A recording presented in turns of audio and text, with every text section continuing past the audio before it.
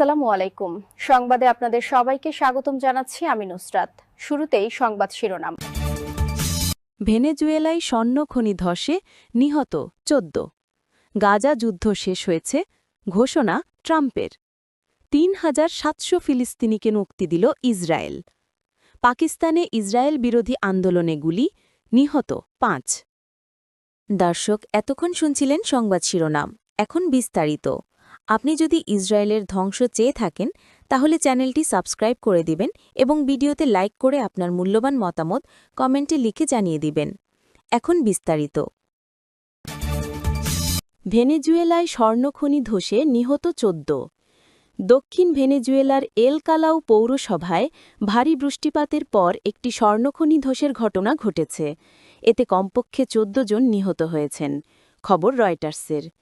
সোমবার ১৩ অক্টোবর দেশটির জরুরি বিভাগের কর্মকর্তারা এ তথ্য জানিয়েছেন।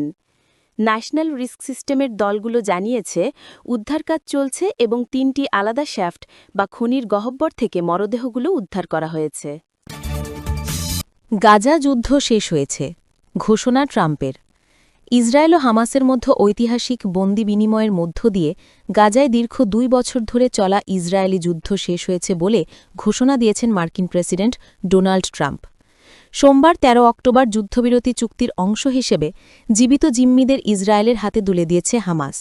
মৃত জিম্মিদের মরদেহ ফেরত দেয়া শুরু হয়েছে। ইসরায়েলও বিপুল সংখ্যক ফিলিস্তিনি বন্দীকে তাদের পরিবারের কাছে ফিরিয়ে দেয়। এদিন রেড ক্রসের মাধ্যমে গাজা থেকে ২০ জন জীবিত ইসরায়েলি জিম্মিকে হস্তান্তরের পর ইসরায়েলি সামরিক বাহিনী তাদের গ্রহণের খবর নিশ্চিত করে। তেল আবিবের জিম্মি স্কোয়ারে অপেক্ষমান হাজার হাজার মানুষের মধ্যে এই ঘোষণার সঙ্গে সঙ্গে উল্লাস, আলিঙ্গন এবং আনন্দের অশ্রু দেখা যায়। অন্যদিকে ইসরায়েলের কারাগার থেকে ২,০০০-এর বেশি ফিলিস্তিনি বন্দী ও আটক ব্যক্তিকে বহনকারী বাস যখন গাজায় পৌঁছায় তখন হাজার হাজার আত্মীয়স্বজন আনন্দাশ্রু নিয়ে তাদের বরণ করে নিতে ভিড় করেন। এদিন মধ্যপ্রাচ্য সফরে যান মার্কিন প্রেসিডেন্ট ডোনাল্ড ট্রাম্প। ইসরায়েলে গিয়ে দেশটির পার্লামেন্ট নেসেটে ভাষণ দেন তিনি। ৩,৭০০ ফিলিস্তিনিকে মুক্তি দিল ইসরায়েল। গাজায় যুদ্ধবিরতি চুক্তির আওতায় ৩,৭০০ ফিলিস্তিনি কারাবন্দীকে মুক্তি দিয়েছে ইসরায়েল। সোমবার ১৩ অক্টোবর তাদের মুক্তি দেওয়া হয়েছে বলে এক বিবৃতিতে জানিয়েছে ইসরায়েলের কেন্দ্রীয় কারাগার দপ্তরের জনসংযোগ বিভাগ। ২টি ব্যাচে মুক্তি দেওয়া হয়েছে এই কারাবন্দীদের। প্রথম ব্যাচটি ফিলিস্তিনের পশ্চিম তীর অঞ্চলের রাজধানী রামাল্লার পশ্চিমাংশে ইসরায়েলের মালিকানাধীন ওফের কারাগারের। এই ব্যাচে কারাবন্দীদের সংখ্যা ছিল প্রায় ২,০০০। ফিলিস্তিনের স্বাধীনতাকামী গোষ্ঠী হামাসের জনসংযোগ দপ্তর জানিয়েছে সোমবার স্থানীয় সময় দুপুরের দিকে বেশ কয়েকটি বাসে চেপে ওফের কারাগার থেকে পশ্চিম তীরের বেইতুনিয়া শহরে এসে পৌঁছেছেন এই কারাবন্দীরা। কারাবন্দীদের জন্য বাস সরবরাহ করেছে আন্তর্জাতিক মানবিক সহায়তা সংস্থা international committee of red cross and red crescent society ICRC। এদিকে প্রথম ব্যাচটি পশ্চিম তীরে যাওয়ার কাছাকাছি সময়ে যুদ্ধবিধ্বস্ত গাজার খান ইউনিস শহরে এসে পৌঁছান দ্বিতীয় ব্যাচের ১,৭১৮ ফিলিস্তিনি কারাবন্দী। দক্ষিণ ইসরায়েলের নাগেভ কারাগারে ছিলেন তারা। পাকিস্তানে ইসরায়েল বিরোধী আন্দোলনে গুলি, নিহত ৫। পাকিস্তানে কট্টর ইসলামপন্থী দল তেহরিকি লাব্বাইক পাকিস্তান TLP এর আন্দোলন নিয়ন্ত্রণে আনতে অভিযান চালিয়েছে পুলিশ। রবিবার রাতে সরকার ও TLPর আলোচনায় কোনো সমাধান না আসায় সোমবার মুরিদকে শহরে ক্লিয়ারেন্স অপারেশন শুরু করে পুলিশ। এতে অন্তত ৫ জন নিহত হয়েছেন, তাদের মধ্যে একজন পুলিশ সদস্যও আছেন। লাহোরে তারা বৃহস্পতিবার থেকে ইসরায়েল বিরোধী বিক্ষোভ শুরু করেছিল TLP। তারা ইসলামাবাদে যুক্তরাষ্ট্রের দূতাবাসের দিকে পদযাত্রার ঘোষণা দেয়, ফলে লাহোর থেকে ইসলামাবাদ পর্যন্ত সড়ক বন্ধ করে দেওয়া হয় এবং ইন্টারনেট সংযোগ বন্ধ রাখা হয়। পুলিশের ভাষ্য অনুযায়ী TLP কর্মীরা পুলিশের ওপর পাথর, লোহার দণ্ড এবং পেট্রোল বোমা ছোড়ে এবং নির্বিচারে গুলি চালায়।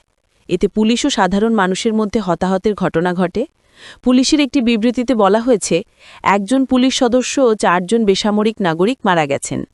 বেশ কিছু দাঙ্গাবাজকে গ্রেফতার করা হয়েছে। আহত হয়েছেন ৪৮ জন পুলিশ ও ৮ জন সাধারণ মানুষ। TLP জানায় তাদের আন্দোলন প্রথমে যুক্তরাষ্ট্রের মধ্যস্থতায় হওয়া ইসরায়েল-হামাস যুদ্ধবিরতির বিরোধিতা জানাতে শুরু হয়েছিল। পরে তারা বলে এই বিক্ষোভ আসলে ফিলিস্তিনিদের সঙ্গে সংহতি প্রকাশের জন্য। একজন টিএলপি কর্মী আবু সুফিয়ান বলেন, পুলিশ আমাদের ঘিরে রেখেছিল, তারা গুলি ও টিয়ার গ্যাস ছুড়ছিল। টানা 3 থেকে 4 ঘণ্টা ধরে তারা গুলি চালিয়েছে। অভিযানের পর রাস্তায় জ্বলন্ত গাড়ি ও দলটির নেতার প্রধান ট্রাক পড়ে থাকতে দেখা যায়। টিএলপি নেতা আল্লামা ইরফান এএফপিকে বলেন, আসলে কোনো আলোচনা হয়নি, সরকার শুধু জনগণকে দেখানোর জন্য বলেছে যে তারা আলোচনা করছে। রাজধানী ইসলামাবাদে বিক্ষোভকারীরা পৌঁছাতে পারে এই আশঙ্কায় বড় সড়কগুলোতে কন্টেনার বসিয়ে ব্যারিকেড তৈরি করেছে প্রশাসন।